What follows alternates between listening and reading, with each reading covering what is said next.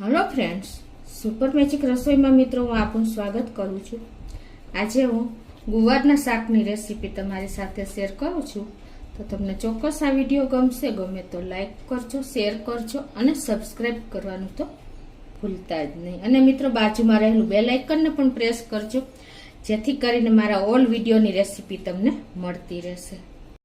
તો હવે શાકના ઇન્ગ્રેડિયન્ટ મિત્રો ઘરમાં અવેલેબલ જ હોય છે। આપણે આ શાક એકદમ રૂટીન જે બને છે ને એ જ મેથડથી આજે હું તમને પણ એકદમ ટેસ્ટી બનાવીશ। તો એના માટે જો આપણે 300 ગ્રામ ગુવાર લીધો છે, રૂટીન મસાલા છે, ખાંડ છે, મીઠું છે, તેલ છે, ગરમ મસાલો છે, દહીં છે, ચણાનો લોટ છે, લસણ છે, અજમો છે અને લીંબુ છે। તો બનાવવાનું ચાલુ કરીએ। તો મિત્રો આપણે ગુવારનું શાક બનાવવા માટે ગુવાર કેવો લેવો અને ગુવાર કેટલો ચોળવવો જેથી કરીને બિલકુલ કાચો ન રહે, અને ગુવારનું શાકનો સ્વાદ વધારવા માટે કેવો મસાલો બનાવવો, એ બધા જ પ્રશ્નોનું સોલ્યુશન આજે હું તમને આ વિડીયોમાં શેર કરીશ। જેથી કરીને ઘણા નાના બાળકો મોટાને ગુવારનું શાક બિલકુલ નથી ભાવતું, તો બધા જ હોશે હોશે ખાશે ને એટલું ટેસ્ટી અને એકદમ ટેસ્ટી શાક આજે હું આ વિડીયોમાં શેર કરું છું। તો એન્ડ સુધી જોડાયેલા રહેજો। મિત્રો આપણે ગુવાર લેવા જઈએ ને ત્યારે જુઓ, એકદમ આવો લચીલો ગુવાર હોય ને એવો ગુવાર લેવાનો છે। આવો જો બીન્સ દેખાતા હોય ને એવો ગઈઢો, એટલે કે એકદમ પાકેલો ગુવાર નથી લેવાનો, એનું શાક જરા પણ સરખું નથી બનતું। અને બીજું મિત્રો કે તમે જ્યારે ગુવારનું શાક બનાવવું હોય ને ત્યારે ફ્રીજમાં રાખેલા ગુવારનો બિલકુલ ઉપયોગ નથી કરવાનો। એનું કારણ શું થાય છે ખબર તમને? કે ગુવાર ફ્રીજમાં રહે છે ને એટલે એનું મોઇશ્ચર એકદમ ખેંચાઈ જાય છે, એટલે એકદમ ડ્રાય, એટલે કે સૂકો હાર્ડ ગુવાર થઈ જાય છે। અને હાર્ડ ગુવારનું તમે શાક બનાવશો ને એટલે એકદમ ચવડ થશે અને જે ખાવામાં બિલકુલ ભાવશે નહીં અને ચડશે પણ નહીં, અને ખાશો ને તો એકદમ ફીકું અને કોરું કોરું લાગશે, જેથી કરીને આપણા વડીલો કે બાળકો ગુવારના શાકને હંમેશા એવોઇડ કરે છે। તો તમે ખાસ નોટ કરજો કે જો બને ત્યાં સુધી તમે છે ને ગુવાર તાજો લઈને જ શાક બનાવજો, તો એકદમ સરસ શાક બનશે।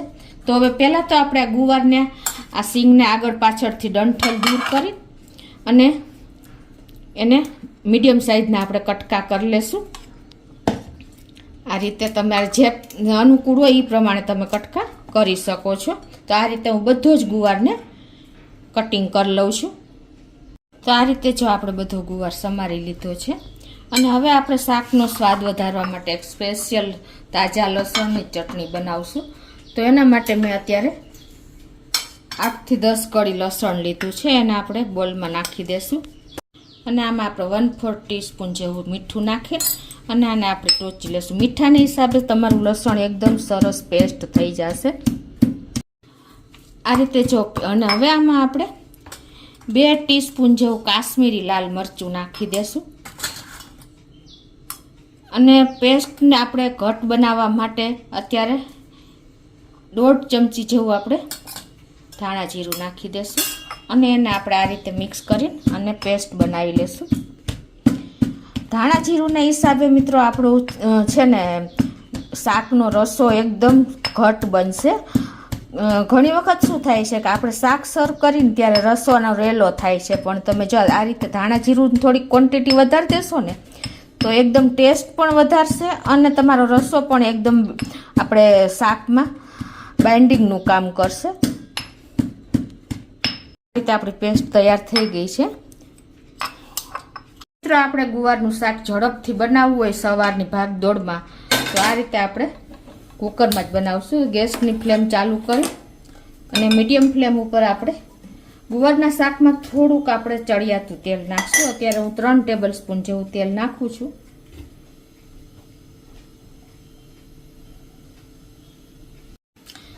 તો મિત્રો હવે આપણે તેલ પણ ગરમ થઈ ગયું છે, તો 1/4 ટીસ્પૂન જેવો અજમો નાખી દેશું। આમાં આપણે રાઈ જીરું બિલકુલ નથી વાપરવાના, અને 2 પિંચ જેટલી આપણે હિંગ નાખી દેશું, અને 1/4 ટીસ્પૂન જેવી આપણે તેલમાં જ હળદર નાખી દેશું, એટલે કલર સરસ આવે। અને હવે આપણે આ જે પેસ્ટ બનાવી છે ને એ નાખશું, પણ એ પહેલાં આપણે 1 ટેબલ સ્પૂન જેવો ચણાનું બેસન નાખી દેશું, અને એને આપણે તેલમાં આ રીતે કૂક કરી લેશું। આને હિસાબે મિત્રો આપણું શાક છે ને ટેસ્ટ અનેક ગણો વધી જશે. તમે ઢોકળી ગુવારનું શાક ખાતા હો ને એવો તમને અહેસાસ થશે.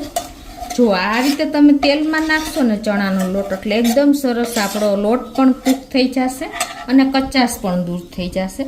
હવે આપણે આ જે પેસ્ટ બનાવી છે ને એ નાખી દેશું. આ ફ્રેશ લસણની પેસ્ટ છે ને મિત્રો એકદમ અમારા લસણના ગુવારના શાકમાં છે ને આપણે લસણ વગરનું તો ગુવારનું શાક અધૂરું જ ગણાય. તો એને આ રીતે આપણે સ્લો ફ્લેમ ઉપર અત્યારે જ હું આ પ્રોસિજર કરું છું. તો આ રીતે આપણે એને મિક્સ કરી લેશું તેલમાં જ એટલે એકદમ સરસ કલર આવી જાય. જુઓ તમને પેસ્ટને હિસાબે ટેસ્ટ પણ આવશે અને કલર પણ સરસ આવશે. એટલે એકદમ આપણે આ વાસણ હંમેશા જાડા તળિયાવાળું કુકર લેવાનું એટલે તમારા મસાલા પણ નહીં દાજે. હવે આપણો મસાલો પણ જો આ રીતે લસણની પેસ્ટ તેલમાં કૂક થઈ ગઈ છે. જુઓ બબલ્સ આવી ગયા છે.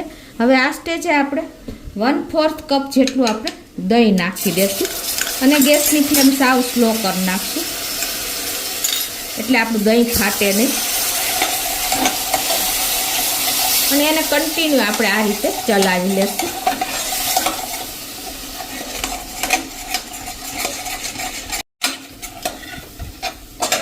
જુઓ મિત્રો આપણે અત્યારે મારું દહીં થોડુંક ઘાટું હતું એટલે એકદમ સરસ આમ જો આપણે કન્ટિન્યુ એક ધારું ચલાવ્યું ને એટલે દહીં ફાટ્યું પણ નથી. આ બધી પ્રોસિજર આપણે સ્લો ફ્લેમ ઉપર કરીએ છીએ. હવે આપણે 1/4 કપ જેટલું પાણી પણ થોડુંક નાખી દઈશું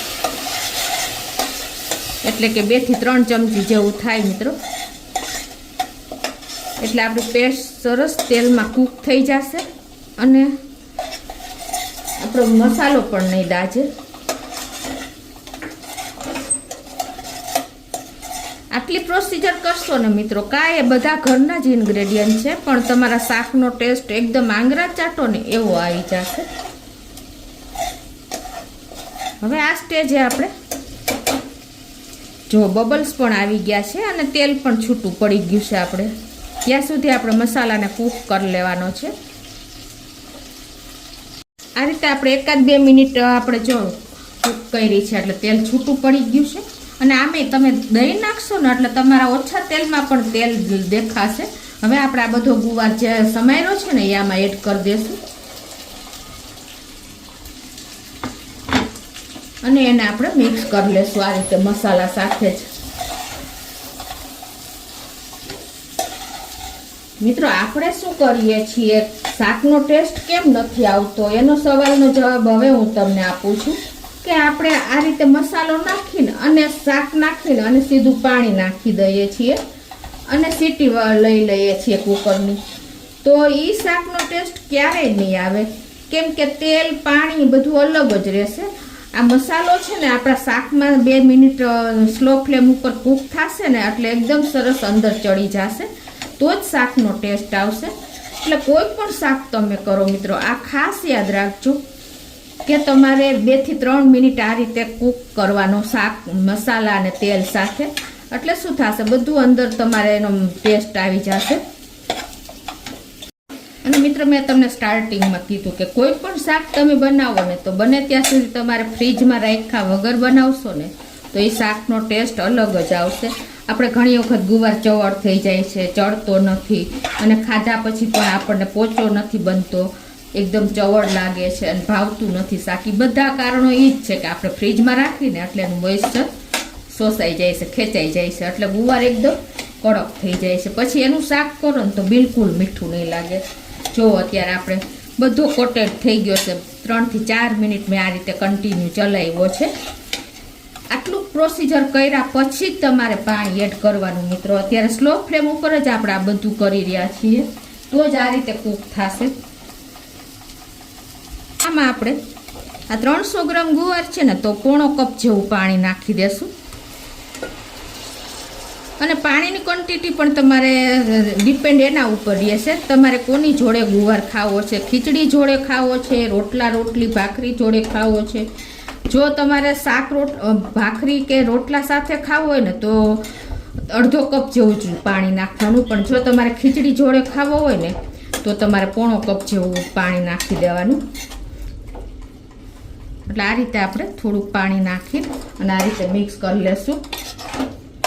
તો હવે સ્લો ટુ મીડિયમ ફ્લેમ ઉપર આપણે ગેસ રાખીને અને 3 વિસલ કરી લેશું લીડ બંધ કરીને. તો 3 થી 4 વિસલ થઈ ગઈ છે અને આપણે પ્રેશર પણ કુકરનું રિલીઝ થઈ ગયું છે. તો કુકરને ખોલી લઈએ. જુઓ મિત્રો, આપણું શાક એકદમ સરસ કૂક પણ થઈ ગયું હોય, કેમ કે આપણો ગુવાર પણ એકદમ કૂણો હતો.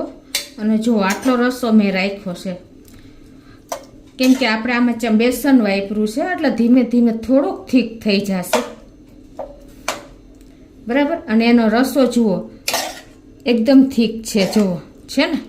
હવે આમાં આપણે ગુવારનો ટેસ્ટ સહેજ આપણને તુરા જેવો હોય છે, એટલે આપણે 1 ટીસ્પૂન જેવું ખાંડ નાખી દેશું. ઘણા એમ કહે છે ગુવારનું શાકમાં ખાંડ ના હોય, પણ મિત્રો આપણે દહીંનો ઉપયોગ કરશું. સહેજ ખાટું અને મીઠું હશે ને તો શાકનો ટેસ્ટ સારો આવશે. અને અત્યારે આપણે 1 લીંબુનો એટલે કે 1 ચમચી જેવો આપણે લીંબુનો રસ પણ નાખી દેશું. અને હવે આને આપણે 1 મિનિટ આ રીતે ચાલુ રાખશું, એટલે ખાંડ અને લીંબુ સરસ મેચ થઈ જાય. અને આ સ્ટેજે જો તમને એવું લાગે ને કે સહેજ ઘાટ રસો નથી, તો 1 ટીસ્પૂન જેવો આપણે ધાણા જીરું પણ નાખી દેશું. અને હવે આને આપણે 1 મિનિટ જ કૂક કરવાનું છે, ખાંડ આપણી મેચ થઈ જાય ત્યાં સુધી જ. તો જો આપણે એકદમ સરસ કૂક થઈ ગયું છે, ખાંડ નાખ્યા પછી 1-2 મિનિટ રાખ્યું છે અને તેલ પણ છૂટું પડી ગયું છે. તમે જો આપણો રસો પણ ઘાટો થઈ ગયો જો છે ને. હવે આ સ્ટેજે આપણે થોડી એવી ધાણા ભાજી નાખી દેશું અને એને આપણે મિક્સ કરી લેશું અને ગેસને બંધ કરી દેશું. અને હવે આપણે સર્વ કરી લેશું.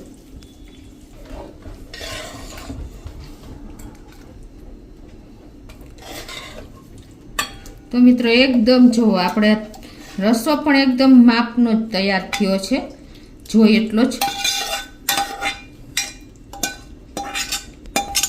તો આપણું ગુવારનું શાક એકદમ રેડી છે. તમે ચેક કરીને પણ બતાવી દઉં. જો કેટલું મેશ થઈ જાય છે આ રીતે. જો તમે ભાંગો ને તો એકદમ આપણે ઘી જેવો ગુવાર તૈયાર થયો છે. તો હવે આપણે ઉપરથી થોડી એવી ધાણા ભાજી સ્પ્રિંકલ કરી દઈશું.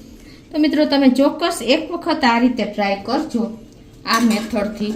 તો રૂટીન મસાલાથી જ આપણે રૂટીન જે બનાવીને એ જ રીતે જ બનાવ્યું છે, પણ અમુક તમે ટિપ્સ અજમાવશો ને તો ચોક્કસ તમારા ઘરના બધા ખાશે, એટલું ટેસ્ટી બને છે.